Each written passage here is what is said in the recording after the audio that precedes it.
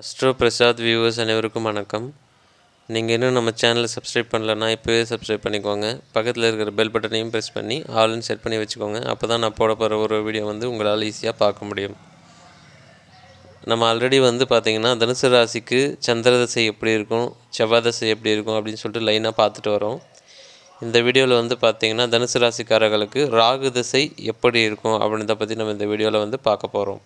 நம்ம பழைய வீடியோங்களில் பார்த்த மாதிரி ஒவ்வொரு லக்னத்துக்கும் அந்த தசை எப்படி இருக்கும் அப்படின்னு சொல்லிட்டு இந்த ராகு தசையை நம்ம பார்க்க முடியாது.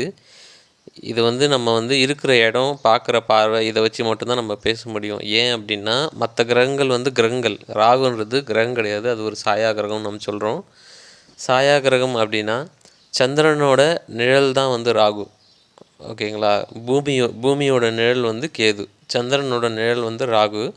ஸோ அப்படி இருக்கும்போது ஒவ்வொரு லக்னத்துக்கும் எப்படி இருக்கும் அப்படின்றது தான் ஒன்றும் கிடையாது. அதில் 3, 6, 10, 11 இந்த மாதிரி இடத்துல ராகு இருந்ததுன்னா அது ஒரு நல்ல விசேஷமான ஒரு ராகுன்னு சொல்லுவாங்க. அதாவது நீங்கள் எந்த லக்னமாக இருந்தாலும் 3, 6 லக்னத்தை ஒன்றா வச்சுக்கிட்டு 3, 6, 10, 11 இந்த இடத்துல ராகு இருந்ததுன்னா அது ராஜயோக ராகுவாக இருக்கும். 1. ரெண்டாவது பார்த்திங்கன்னா மேஷம், ரிஷபம், கடகம், கன்னி, மகரம் இந்த 5 ராசிகளில் ராகு இருப்பது ஒரு விசேஷம். அடுத்து பார்த்திங்கன்னா இருக்கிறதுலே பெஸ்ட்டு அப்படின்னு பார்த்திங்கன்னா 3, 11 ராகு இருந்தால் ரொம்ப நல்ல நற்பலன்களை அது தரும். இதே தனுசு ராசிக்கு அப்படின்னு வந்தால் ராசிப்படியும் நீங்கள் 3, 6, 11 இருக்கணும். அப்படி லக்னப்படி இல்லை அப்படின்னா, இப்போ லக்னத்திலேருந்து 3, 6, 10, 11 ராகு இல்லை அப்படின்னா ராசி தனுசு ராசியிலிருந்து 3, 6, 10, 11 ராகு இருக்கலாம். அதாவது தனுசு ராசியிலிருந்து கும்பத்தில் 3ஆம் இடம், ஓகேங்களா, ராகு இருக்கலாம். அடுத்து 6ஆம் இடம் ரிஷபத்தில் ராகு இருக்கலாம், கன்னியில் ராகு இருக்கலாம், அடுத்து துலாமில் ராகு இருக்கலாம். இதுதான் தனுசு ராசிக்கு நல்லது செய்யக்கூடிய ராகுவாக இருக்கும். அப்படி இல்லைன்னா மொத்தமாக லக்னத்திலேருந்து அப்படின்னு பார்க்கும்போது 3, 6, 10, 11 இருக்கலாம். நீங்கள் எந்த லக்னமாக இருந்தாலும் அதை பார்த்துக்கோங்க. ராசிகளில் அப்படின்னு நம்ம பார்க்கும்போது மேஷ ராசியில் இருக்கக்கூடிய ராகு நல்ல யோகமான ராகு. ரிஷப ராசியில் இருக்கக்கூடிய ராகுவும் யோக ராகு தான். மேஷம், ரிஷபம், கடகத்தில் இருக்கக்கூடிய ராகுவும் யோகமான ராகு தான். கன்னியில் இருக்கக்கூடிய ராகுவும் யோகமான ராகு தான். மகரத்தில் இருக்கக்கூடிய ராகுவும் யோகமான ராகு தான். அடுத்தபடியாக தனுசு ராசியிலே ராகு இருந்தது அப்படின்னா அது பார்த்திங்கன்னா ஒரு இது ஆக்சுவலாக இருக்கிறதுலே அது மிகப்பெரிய யோகமான ராகு. ஆனால் அதை பயன்படுத்த மாட்டாங்க அப்படின்னு சொல்லுவாங்க. ஏன்னா தனுசில் ராகு இருந்தது அப்படின்னாலோ, தனுசு ராசிக்கு ராகு திசை வந்தாலோ பெரிய அளவில் நன்மையை நீங்களால் செய்ய முடியாது. அது ஏன்னா ராகுவை பொறுத்த வரைக்கும் காரகத்துவங்கள் ரொம்ப மோசமாக இருக்கும். ஆக்சுவலாக திருட்டு பையன், ஓகேங்களா. ஒரு விஷயத்த எப்படியெல்லாம் நயமாக பேசி ஒருத்தரை ஏமாத்துறது தாங்க ராகு, வேறு ஒன்றுமே கிடையாதுங்க. ஓகேங்களா. இப்போ நீங்கள் ஒரு படத்துக்கு போகிறீங்க, சினிமாவுக்கு போகிறீங்கன்னா அது என்ன பண்ணுறாங்கன்னா உங்களை அவங்க ஏமாத்துறாங்க. இது இப்படி இருக்குது அப்படி இருக்குதுன்னு சொல்லி உங்களை ஏமாத்துறாங்க. ஏமாத்துறது தான் ஒரு சினிமா அப்படின்னு சொல்லலாம். ஸோ அதை நல்லதாகவும் சொல்லலாம், கெட்டதாகவும் சொல்லலாம். அது வேறு டாபிக், அதை விட்டுருங்க. ஆனால் ஏமாற்றுதல் அப்படின்றது ராகு தான். அதாவது கரெக்டாக சொல்லணுன்னா ஏமாற்றுதல் அப்படின்றது சனியாக இருக்கும். நூதனமாக ஏமாற்றுதல், ஒரே நேரத்தில் பல பேரை ஒன்றா கூட்டமாக சேர்த்து ஏமாத்துறது, இதெல்லாம் ராகுக்கு கை தேர்ந்த விஷயம்.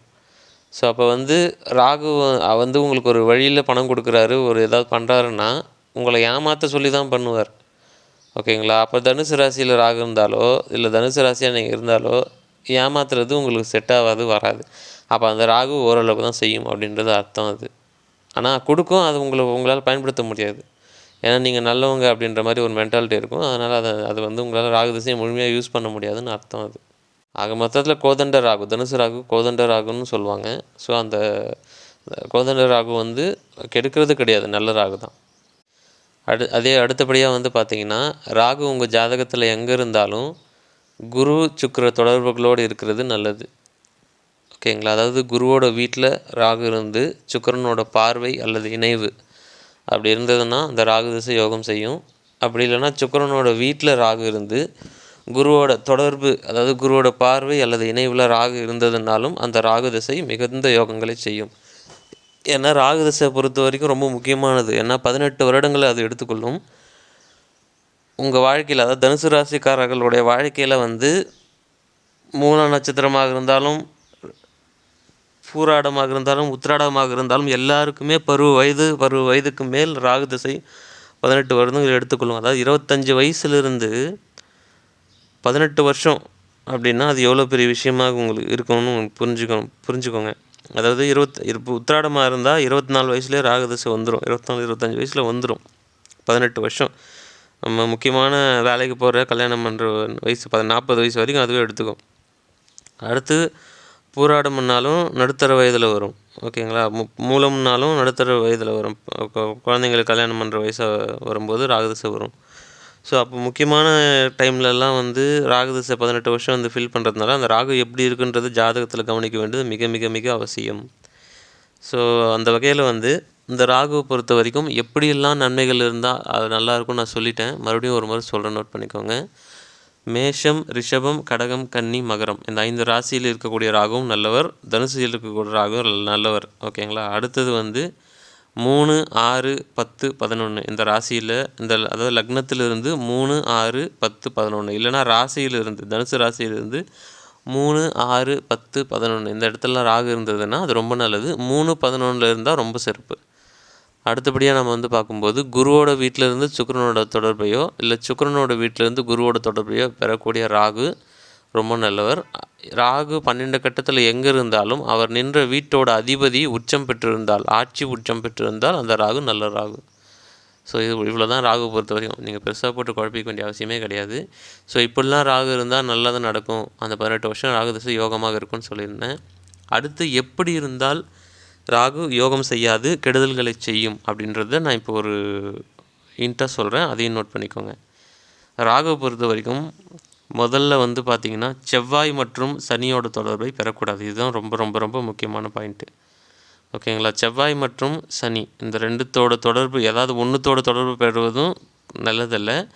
ரெண்டுத்தோட தொடர்பும் ராகுக்கு இருக்குது அப்படின்னா, ஏன்னா செவ்வாயோட வீட்டிலேருந்து சனியோட பார்வையோ இல்லை சனியோட வீட்டிலேருந்து செவ்வாயோட பார்வையோ இல்லை ராகு சனி சேர்ந்து செவ்வாயோட பார்வையோ இல்லை ராகு செவ்வாய் சேர்ந்து சனியோட பார்வையோ பெறுறதோ இல்லை மூணுமே சேர்ந்து ஒரு இடத்துல நிற்கிறதுலாம் ரொம்ப மோசம், கொடூரமான இருக்கிறதுலே வந்து ரொம்ப ரொம்ப ஒஸ்ட்டுன்னா ராகு சனி செவ்வாய் சேர்க்கை. இது மேக்ஸிமம் அவ்வளோ ஜாதகத்தில் வராது, இருந்தாலும் சொல்கிறேன். ஏன்னா ஒரு 12 வீட்டுக்கு ஒவ்வொரு வீட்டுக்கும் ஒரு விஷயம் இருக்குது. ஓகேங்களா? இப்போ 5ஆம் இடமெல்லாம் ராகு சனி செவ்வாயெல்லாம் சேர்ந்தது அப்படின்னா பூர்வ புண்ணியம் ஒரு அதாவது கஞ்ச பேசினாருன்னு அது ஒன்று சும்மா கூட எடுத்து கொடுக்கல இது வரைக்கும் அப்படின்னு அர்த்தம். அது இதுக்கு முன்னே ஜென்மங்கள்லாம் கூட சும்மா கூட அப்படி எடுத்து கொடுக்கலன்னு அர்த்தம். யாருக்கும் எதுவும் பண்ண ஒரு புண்ணியம் சின்ன புண்ணியம் கூட பண்ணல, எச்சில் கையில் கூட காக்கா ஓட்டாதுன்னு அர்த்தம். அந்த ராகு சனி செவ்வாயில் 5ஆம் இடத்துல இருந்ததுன்னா. ஸோ அந்த மாதிரி ஒவ்வொன்றும் ஒரு இதில் இருக்குது. ஓகேங்களா? ஸோ ராகுவோட சனி செவ்வாய் சேரக்கூடாது, இதுதான் மெயின் பாயிண்ட்டு. 1. 2வது அப்படின்னு வந்து பார்க்கும்போது ராகு சந்திரன் சேர்க்கை நல்ல விஷயம் கிடையாது. ராகு சூரியன் சேர்க்கை, ராகு சந்திரன் சேர்க்கை நல்ல விஷயம் கிடையாது. ராகு வந்து சூரியன் சேர்க்கை கூட ஏதோ ஓகே, ஒன்றும் பிரச்சனைலாம் இல்லை. பெரிய ஐஏஎஸ் ஐபிஎஸ் கூட நான் பார்த்துருக்குறேன், அந்த மாதிரி ஜாதகம் ஓகே தான். ராகு சந்திரன் அப்படின்னு வந்துருச்சு அப்படின்னா 8 டிகிரி 10 டிகிரிக்கு மேலே தான் இருக்கணும். ஓகேங்களா? 10 டிகிரிக்குள்ளே இருந்ததுன்னா பஞ்சாயத்து தான். அதுவும் நீங்கள் கவனிக்கணும். ராகு சந்திரன் முதல்ல சேரக்கூடாது. அப்படியே சேர்ந்தாலும் ராகுவுக்கும் சந்திரனுக்கும் நடுவில் கேப் வந்து 10 டிகிரி இருக்கணும். இருந்தால் மட்டும்தான் அந்த ராகு நல்ல ராகு. இது 2. அடுத்தது வந்து பார்த்திங்கன்னா ராகு வந்து 6 மற்றும் 8ஆம் இடத்துல ராகு இருந்தது அப்படின்னா அந்த 6 மற்றும் 8ஆம் அதிபதியோட பார்வையோ சேர்க்கையோ அந்த ராகுக்கு வரக்கூடாது. இதுவும் ஒரு பாயிண்ட்டு.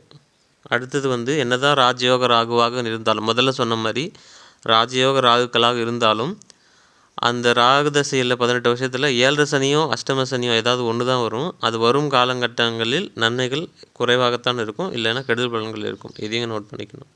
ஸோ இந்த வீடியோ வந்து உங்கள் ஜாதகத்தோடு ஒப்பிட்டு பார்த்தீங்க அப்படின்னா நிச்சயமாக வந்து அந்த ராகு திசை நல்ல ராகுவா கெட்ட ராகுவா, இல்லை யோகம் செய்கிற ராகுவா இல்லை அவயோகம் செய்கிற ராகுவான்னு ரொம்ப ஈஸியாக உங்களால் கண்டுபிடிக்க முடியும். உங்களது கேள்விகள் ஏதாவது இருந்தால் கமெண்ட் செக்ஷனில் பதிவு பண்ணுங்கள். நீங்கள் இந்த வீடியோ வந்து உங்கள் நண்பர்கள் அனைவருக்கும் வந்து ஷேர் பண்ணுங்கள். அடுத்தபடியாக ராகுவோட கெடுபலன்கள் இருந்தால் அதை எப்படி கெடுபலன்களை தடுக்கிறது அப்படின்றது வந்து ஆன்மீக ரீதியாக வந்து பார்த்திங்கன்னா சிம்பிளாக வந்து ஒரு உக்கிரமான பெண் தெய்வத்தை தொடர்ந்து வழிபட்டுட்டு வந்தீங்க அப்படின்னாலே போதும். அதாவது உக்கிரமான பெண் தெய்வம் அப்படின்னா காளியம்மன், துர்க்கையம்மன், வராகியம்மன் இந்த மாதிரி தொடர்ந்து ஒரு உக்கிரமான பெண் தெய்வங்களை, ஓகேங்களா. ராகுனாவே பெண் தெய்வத்தை வந்து தொடர்ந்து வழிபட்டுட்டு வரும்போது, ராகு காலத்தில் வழிபட்டு வரும்போது, முக்கியமாக அமாவாசை அன்னைக்கு ஈவினிங் டைமில் போயிட்டு வழிபட்டுட்டு வரும்போது, அந்த இருட்டு சாயிற டைமில் வந்து அதுதான் ராகு. அதுவும் அமாவாசை அன்னைக்கு ஈவினிங்லாம் வந்து கரண்ட்லாம் ஆஃப் ஆச்சுன்னா கும் இருட்டாக இருக்கும் உலகம், ஒன்றுமே தெரியாது. ஸோ அந்த மாதிரி டைம்லலாம் ராகு இந்த காளி தெய்வத்தையோ இல்லை துர்க்கை அம்மனையோ தொடர்ந்து வழிபட்டு வரும்போது நிச்சயமாக ராகு தசையால் வரும் இன்னல்கள் வந்து ரொம்ப குறைஞ்சிரும். ஏன்னா நீங்கள் ஆட்டோமேட்டிக்காகவே அம்மனோட கனெக்ட் ஆவீங்க, உங்கள் ஃப்ரீக்குவன்சி அம்மனோட ஃப்ரீக்குவன்சியில் கனெக்ட் ஆகும். அப்படி கனெக்ட் ஆச்சுனாவே ராகுவோட கதிர்கள் வந்து குறைஞ்சிரும், அப்சர்வ் பண்ணப்படும், ஓகேங்களா. ஸோ இது ஒன்று. இது இல்லாமல் நிறைய பரிகாரங்கள் இருக்குது, அது எல்லாமே வந்து ஒரு தனி வீடியோவாக நம்ம பார்க்கலாம், அது ரொம்ப பெருசாக டாப்பிக்காக போகும். ஸோ சப்ஸ்கிரைப் பண்ணாமல் பார்க்குற நண்பர்கள் வந்து சப்ஸ்கிரைப் பண்ணிக்கோங்க. ஜாதகம் பார்க்க விருப்பப்படுறவங்க வந்து ஸ்க்ரீனில் தெரிய நம்பருக்கு கான்டாக்ட் பண்ணுங்கள். நன்றி.